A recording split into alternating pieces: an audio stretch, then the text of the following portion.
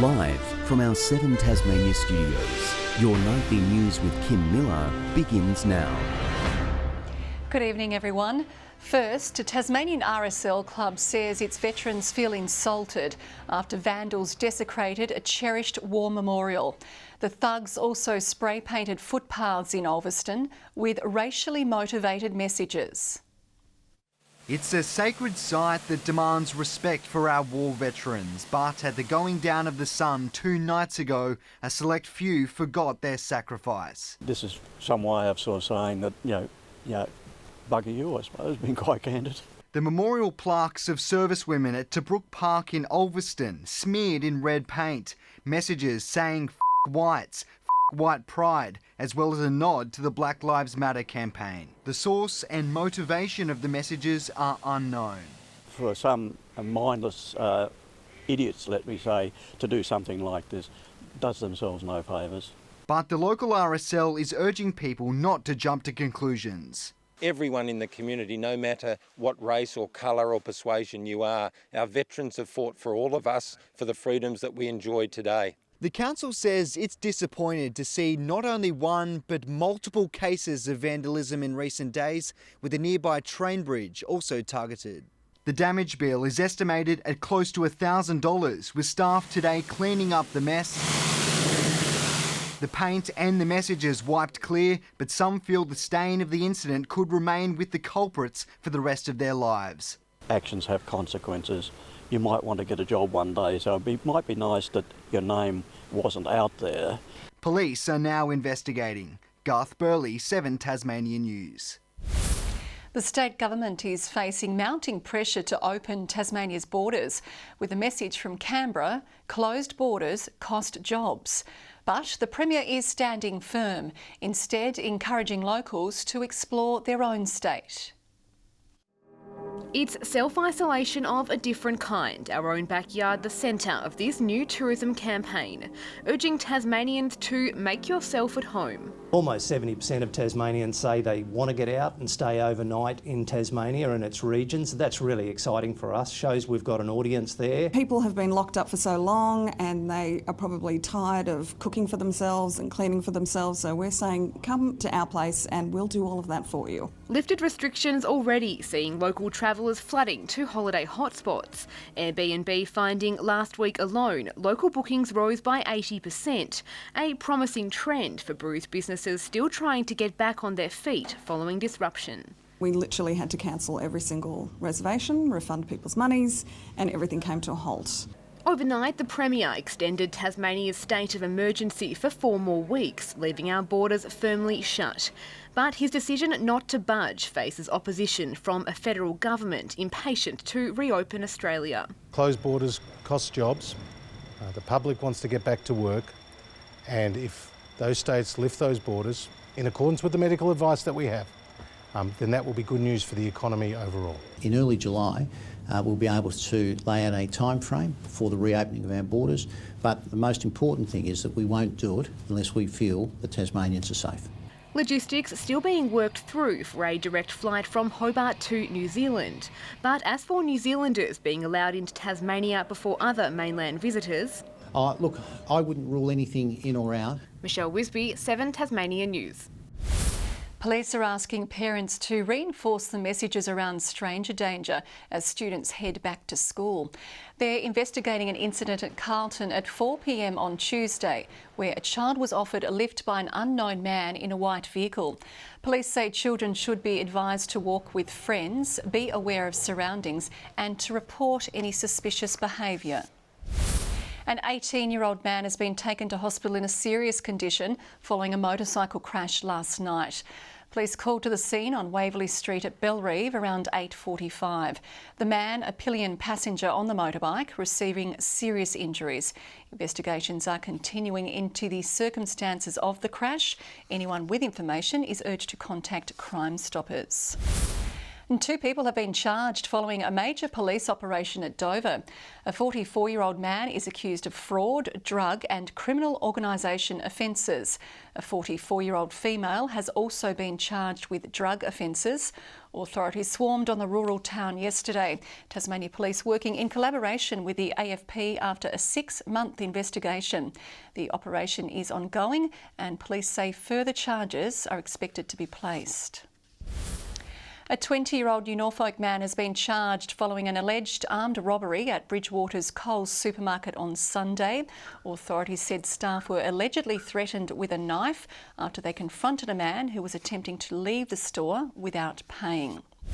A 40-year-old man will spend the next 4 months possibly walking after police caught him travelling at double the speed limit in a school zone. The man was spotted driving at 103 kilometres an hour in Riverside this morning. Police say drop-off time was busy and the offence could have led to a devastating outcome. He was fined $960 and received a 4-month licence disqualification. Farmers relying on water from the River Derwent are set to benefit from new technology advising them of rising water levels. Developed by Hydro Tasmania, it's hoped the alert system will help users plan ahead for potential river flooding, saving them from thousands of dollars of infrastructure damage. Inspecting the infrastructure that keeps his farm growing, Rob Clark grows everything from cabbages to pine trees on his Derwent Valley acreage, relying on irrigation water pumped from the River Derwent running alongside. And the Derwent can fluctuate in height really quickly. So when it does fluctuate, we have to remove our pump, or otherwise the pumps go underwater, and that's happened to us about 3 or 4 times in the past. Flooding of the pumps costs both time and money, and can mean the difference between a healthy and unhealthy crop. Rob's farm is one of the first to trial a new technology offered by Hydro Tasmania, customised SMS and email alerts advising when the river reaches certain heights. Previously, what irrigators needed to do was keep an eye on our website. And that was really hard for them to do because they didn't know when their water level was going to rise. It just gives us security, I guess. It's one thing to have the Derwent River running past, so we've got secure water, but we need to be able to access that water. And so this gives us that level of security. And because this can happen in summer or it can happen at 2 o'clock in the morning. The information comes from hydro sensors along the river and is designed for all waterway users. So it's not just irrigators, it's fishers and canoeists and other recreational users who can benefit from the service. The alerts are available to users of the Derwent and Ouse rivers and can be signed up to on Hydro's website.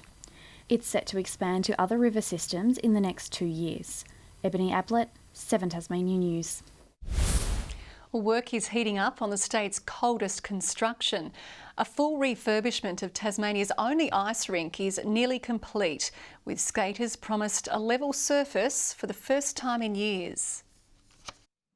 It may be winter, but Michael Kaitinas knows freezing conditions all year round. He's been here at the Glenorchy ice skating rink around the clock for 2 weeks, giving the rink its first revamp in 25 years. We should be able to skate on ice now, where you actually need to push to glide instead of standing still and starting to glide. For newcomers, ironing out those bumps will create a level playing field. All the regular skaters all knew where there was high points, low points, and beginners also found out the hard way by falling on their backside. With the sand underneath frozen, the base is now being watered every couple of hours, day and night, for the next few days. A special spray paint imported from America will then give it a vivid, eye-catching look. It just gives it a real white look, which we've never used before. We've only ever used white paper before, and that hasn't really worked. Kaitinas, a former Australian ice hockey representative, says his next goal is to see Tasmania join the sport's National League. For now, though, he's looking forward to a well-earned break once this freezes over. Everybody come along and enjoy it once it's open. The ice can be graced by skates later this month. Tom Johnson, 7 Tasmania News. Let's take a look at the efforts underway to prop up Tasmania's bandicoot population as numbers dwindle from feral cat attacks and habitat loss. Over the past year, farmers and landholders have joined the fight to create a stronghold for the species. Foraging, frolicking, feeding the kids. When Anne Penhallow's family moved to Glengarry 6 years ago, she was delighted to meet her marsupial neighbours. We had bandicoots, both kinds of bandicoots, in our garden, hopping around quite happily. But over time, she noticed something wasn't right. The numbers started to decline, and we think that's probably because we had an increase of feral cats. She's among a group of northern landholders joining forces with conservationists to grow more habitat. The project is in its second year, but hidden cameras are now revealing their success. Eastern barred bandicoots are extinct on the mainland, and the signs aren't good in parts of Tasmania. In the Midlands, there used to be a large population, but everybody knows that the population there has really dropped. But West Tamar has been nicknamed the Bandicoot Belt. You can see these small little snout holes here where the bandicoots have been foraging around. The Tasmanian Land Conservancy is helping landholders monitor the species. It's really exciting, especially when you get bandicoot family groups together, which haven't been kind of noted a lot. The aim is to protect another 20 hectares of habitat this year. Anne's hopeful she can boast a bandicoot oasis. We're starting with this front paddock, so we'll see what happens. Sean McComish, 7 Tasmania News. The Royal Launceston show has become the latest COVID casualty, with organisers today cancelling the October event. Uncertainty around restrictions, financial and health risks are being blamed for the decision. It comes just days after the plug was pulled on this year's Hobart show. But basically, I think it's hard to hold a large event with social distancing. To try to keep track of numbers in sheds and buildings around the showground was going to be very difficult. Organisers are looking to move from the Inveresk site when the show returns next year. AFL Tasmania is pushing for up to 500 spectators to be allowed into state league games. The scaled-down season will begin next month after clubs, players and umpires agreed to sweeping pay cuts. We will see a champion in 2020, but they won't be mobbed by fans. A limit of 500 supporters at this year's grand final is considered a best-case scenario by AFL Tasmania. At the moment, the advice is that only 100 people maximum will be in the venue, so we have to work towards that. We have put a submission to Public Health to have 500 in the venue. That's far fewer than last year's decider, which drew nearly 5,000 people to the ground. But besides the reduced crowd, league boss TRISHA says there won't be a difference in the product, despite this season's shoestring budget. We really just looked at what is the lowest cost model to get the season out. How much money the AFL is providing clubs isn't being disclosed. Usually they receive $110,000 a year, but clubs have agreed to abolish player payments while umpires have taken a pay cut. Everyone has made sacrifices. The revised fixture will be released in the coming days. It'll be a 14-week season with 2 weeks of finals. I think that this year's been a really interesting year for everyone, and I think what footy does is it just brings hope back to everyone and gives us something to do and watch, and I think it's really important, and it's no different from any other footy season. If anything, there's probably a bit more emotion in it. Tom Johnson, 7 Tasmania News. Good evening. Smithton, the Bass Strait Islands and Burnie all on our top of 15 today. Hobart 11, Launceston 14, Devonport 13 degrees. Fingal the low, but only 0, so nothing to worry about. Maximum temperature scrambling into double figures. Lowhead 13, St Helens, Friendly Beaches, Grove and Ooze all on 12. Strawn 11, Lyawini made it to 5 today. A mid-level cloud band moved over northern Tasmania with low-level open cellular cloud over the southern areas. Cloud with a low pressure centre is over southern WA. Frontal cloud moves towards the Bight. Low cloud visible over the eastern seaboard and the top end. Tomorrow the cold front weakens as a high develops to our southwest. Another high is over Victoria, extending a ridge over central Australia. Winds east to southeasterly, turning east-northeasterly and getting up to 30 knots, swells to 3 metres. A strong wind warning for waters between Tasman Island and Stanley. And we also have a road weather alert for susceptible roads, warning of frost in the morning. And in the morning, a cool start, -2 for Huonville, 13 tomorrow, same for Hobart, 13 the top for Campania. Launceston overnight, 4 degrees, 12 tomorrow, a shower or 2, showers for Devonport 12 and 11 the top for Georgetown. Burnie, maybe a shower or 2 as well, 3 overnight, 12 tomorrow, 14 the top for Strawn with a morning shower, Wynyard 13, 14 for St Helens with a shower or 2, a light shower for Swansea and 13 the top for Port Arthur. On Saturday, light showers over the north and west, partly cloudy elsewhere. Showers statewide on Sunday, easing for a period in the afternoon, and on Monday showers again apart from the lower east coast. Possible morning storm in Perth, sunny for Adelaide and Melbourne, a possible shower for Sydney and partly cloudy weather for Brisbane.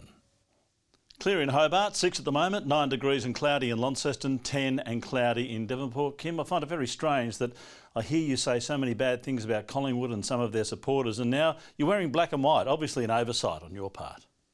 Oh, it's just not true. I love all sports, all supporters, all teams, but perhaps I did choose not so wisely tonight with what I'm wearing. And that's all your news for now. Don't forget to stay with us for the footy just coming up. I'll be back later with some updates. Good night.